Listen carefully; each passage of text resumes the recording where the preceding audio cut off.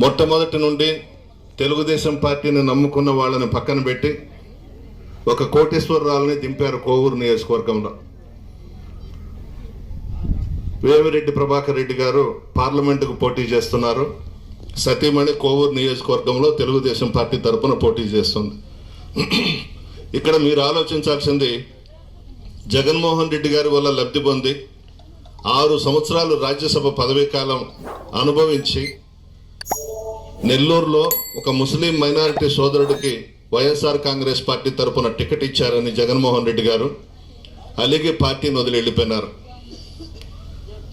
ఇది అన్యాయం. జగన్మోహన్ రెడ్డి గారు వేమిరెడ్డి ప్రభాకర్ రెడ్డి గారికి ఇచ్చినంత ప్రాధాన్యత ఎవరికి ఇవ్వలేదు. 4 అక్కడ వైవి సుబ్బారెడ్డి గారు, విజయసాయి రెడ్డి గారు, సజ్జల రామకృష్ణారెడ్డి గారు, వేమిరెడ్డి ప్రభాకర్ రెడ్డి గారు అంత అనుభవించి ఈరోజు పార్టీని వదిలి తెలుగుదేశం పార్టీ తరపున పోటీ చేస్తూ ఉన్నారు. ఒక్కటి ఆలోచించండి, నేను మీ వాడిని, అందరి వాడిని, మీలో ఒకడిని. ఏ రోజైనా నేరుగా మీకోసం మన ఇంటి తలుపులు తెరిచుంటాయి.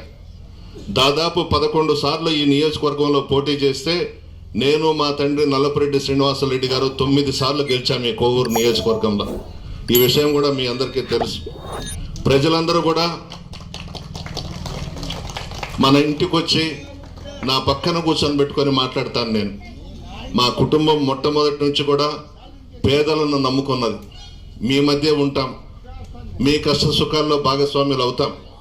కానీ ఆ ఇంటి గడప తొక్కాలంటే 3, 4, 5 గేట్లు దాటిపోవాలి. 12, 1 గంట దాకా కూడా మిద్దె మీద నుంచి భార్యాభర్తల దిగరు, కుక్కలు ఉంటాయి. మన పేదవాళ్ళ ఇంటికి పోవాలంటే చాలా కష్టమైన పని. మీకు అందుబాటులోకి రారు. ఆయన చుట్టూ అంతా కోటీశ్వర్లు, పారిశ్రామికవేత్తలు ఆ ఇంట్లో ఉండేది. వాళ్ళకి మాత్రమే తలుపులు తెరిచుంటాయి, పేదవాళ్ళకి తలుపులు తెరవరు. అంత పెద్ద కోటీశ్వర్లు వాళ్ళు. ఇది మీరు గమనించండి.